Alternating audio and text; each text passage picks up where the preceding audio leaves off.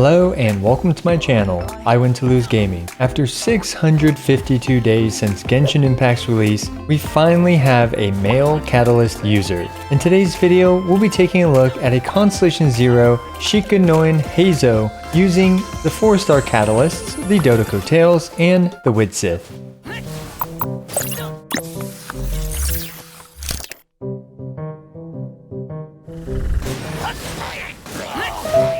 Ah yes, classic MiHoYo. The entire community has been clamoring for a male Catalyst user since 652 days ago. We all thought it'd be interesting to see an elegant man elegantly utilizing his Catalyst to bend the elements in order to strike down his foes. So what did we finally get? That's right, this little guy who literally bashes his enemies' faces in with his fists and feet. Now I must say I'm certainly not disappointed in the slightest, as Heizou has a really unique and refreshing style in Genshin Impact. As usual with these Constellation 0 showcases, I'll be showcasing his capabilities, a Nuke showcase, team showcases, and an Abyss 12 run. And at the end, I'll provide my personal opinion and advice. Anyway, it's time to throw on our detective hats as we try to solve the mystery of how strong is Heizou at Constellation 0. Starting off, he is using the Dodoco Tales at Refinement 5. For most of this video, Heizou is using the following artifacts in the 4-piece Viridescent Veneer set. He's at Constellation 0 throughout this entire video, and his talents are at 9, 9, and 9. I do have a couple Refinement 5 Widsith showcases as well, which I will indicate via auditory and visual methods. His damage potential for his elemental skill when compared to a crowned Heizou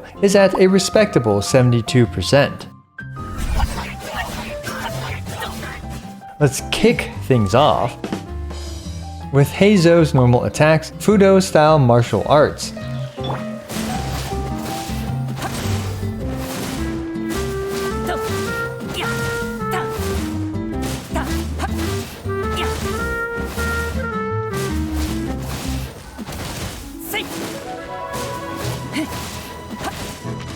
Well, the numbers here aren't particularly big, with his strongest kick doing 3,831 damage. Heizou was able to do around 1/3 of the Regisvine's health before our Regisvine friend woke up from its nap. Now there is another detail about his normal attacks that is quite important. In this clip with Kokomi's elemental skill constantly applying Hydro, we can see that his normal attacks have normal ICD, swirling once every 3 hits in Heizou's case. Next, let's take a look at how his charge attacks perform.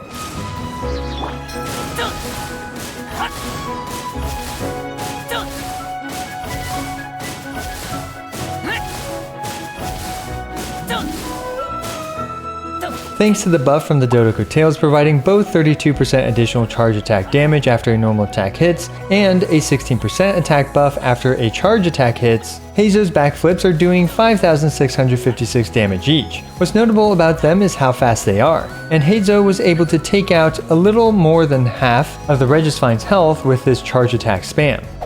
In this next clip, we can see that his backflips have no ICD, meaning that every one of his charge attacks actually swirls. This actually swirls so fast that it's often able to overtake Kokomi's elemental skill's Hydro application. With the added swirl damage, Heizou was able to do around 60% of the Regisvine's health.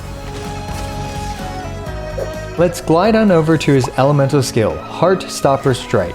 A simple tap with no declension stacks critted for 14,185 damage. It also swirls for good measure. However, you can also hold his elemental skill to gain declension stacks, which are indicated by these 4 prong things.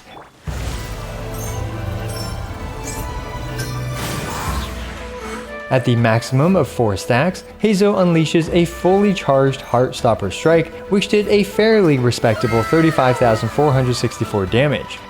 However, Heizou gains a declension stack every time he swirls as well. After swirling a total of 4 times with a couple of charge attacks and once from his previous elemental skill, Heizou is now able to unleash a fully charged Heartstopper Strike without holding it at all, doing 37,590 damage with the Dodoco Tales attack buff. This is a ridiculously fast way to output a 967% damage multiplier at talent level 9. I'm personally excited to see how big of a nuke we can pull off with this later. Anyway, before we get to the exciting Nuke showcase, we've got to talk about his elemental burst, the Wind Muster Kick. It comes out rather quickly, and it did 19,620 damage on crit without the Dodoco Tales attack buff. It also did a tiny 920 instance of pyro damage afterwards. Let's also try out its grouping capabilities. Unfortunately, it's unable to group the treasure hoarders in the Viridescent Veneer dungeon with their initial spawning location, so it's certainly a far cry from Venti's black hole. However, in Abyss 12, it is of the proper shape and size to perfectly catch the 3 starting Whopper flowers. We'll get back to Abyss 12 later though. In the end, the grouping his elemental burst provides should have some occasional limited usefulness. And last but certainly not the least in terms of showcasing his kit, we need to actually showcase his entire kit. I do use Kokomi's jellyfish here to constantly apply Hydro for Heizou to swirl. Let's see what he's capable of.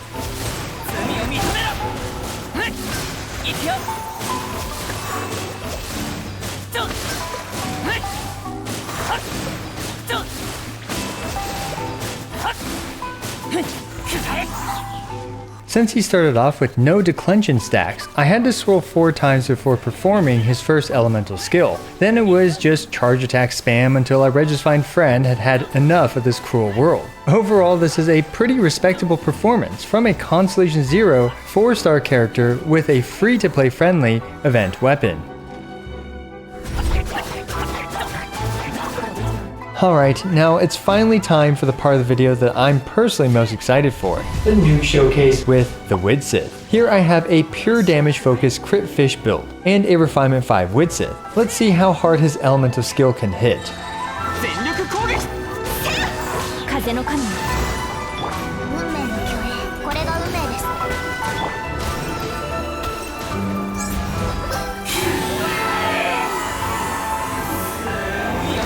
391,504 damage. However, do keep in mind this is with food and my whale supports, which includes my Constellation 4 Gene, who is also using a Refinement 5 Freedom Sword. Admittingly, this isn't going to be the most practical thing like with most nukes, but color me impressed with this performance. We are talking about a Constellation 0 4-star character with a common 4-star weapon using his elemental skill, hitting for 391,504 damage. I have one more quick overworld showcase before moving on to Abyss 12. Going back to the previous Viridescent Veneer build with the Dodoco Tales, Heizou's design screams team driver for off-field swirlable damage dealers. This entire team is using fairly free-to-play accessible 4-star weapons with the Sacrificial Sword on Xingqiu, the Festering Desire on Bennett, and the Windbloom Ode on Fischl. While not able to single-cycle the Primo Geo Bishop, this Electrocharge team is easy to use and perform reasonably well all things considered. And of course, this is just one of many variants of a viable Electrocharge team comp. You could use Beidou, Kuki, Yaimiko, Yelan, you get the point. Being an Animo on-field driver for off-field Patch characters, Heizou is quite a flexible character. And of course, we have our obligatory Abyss 12 run. I'll be running the Viridescent Veneer build with the Widsith for the first run. Xiangling is using her standard Emblem of Severed Fates plus the catch build. Well, this is a situation where Heizou's small and limited crowd control from his burst is quite useful, as it clumps up our annoying baby Regisfines for Xiangling and Xingqiu to do massive amounts of damage to. Admittingly, with this team, and especially with Xiangling, Heizou's damage isn't as important. We all know how great Xiangling is, but the fact that Heizou can amplify her damage significantly and also do some non-negligible damage himself is reasonably valuable. 12-1-1 took this Heizou team 55 seconds.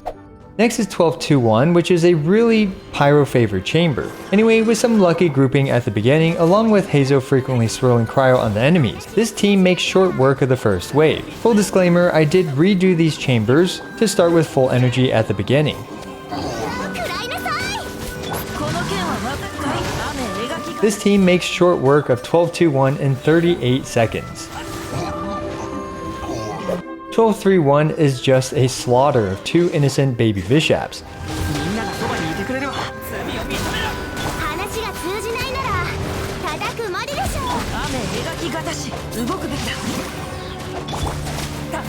Xiangling wanted some new ingredients to experiment with in her cooking, and her wish was granted in just 19 seconds.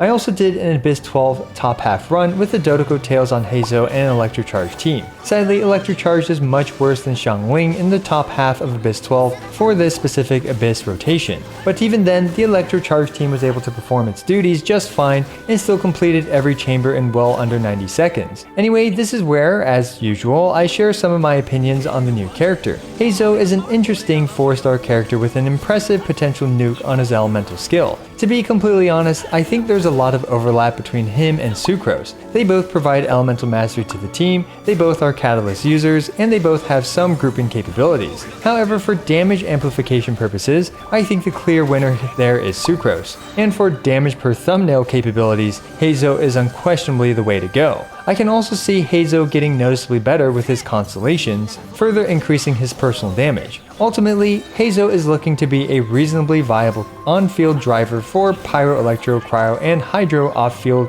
DPS characters. And if you're looking for a refreshing and fun way to punch through your challenges, Heizou is a great choice for that. I'm also planning on following up this video with a Constellation 6 Hyper Carry Heizou to see how that performs. Also, I regularly make Genshin Impact videos ranging from Caesar showcases, DPS showdowns, guide videos, and more. So be sure to smash the subscribe button as it's the best and easiest way for you to support my work. Also, don't forget to like the video and leave a comment for the YouTube algorithm. As always, I appreciate every single one of you. This is I Win to Lose, signing out.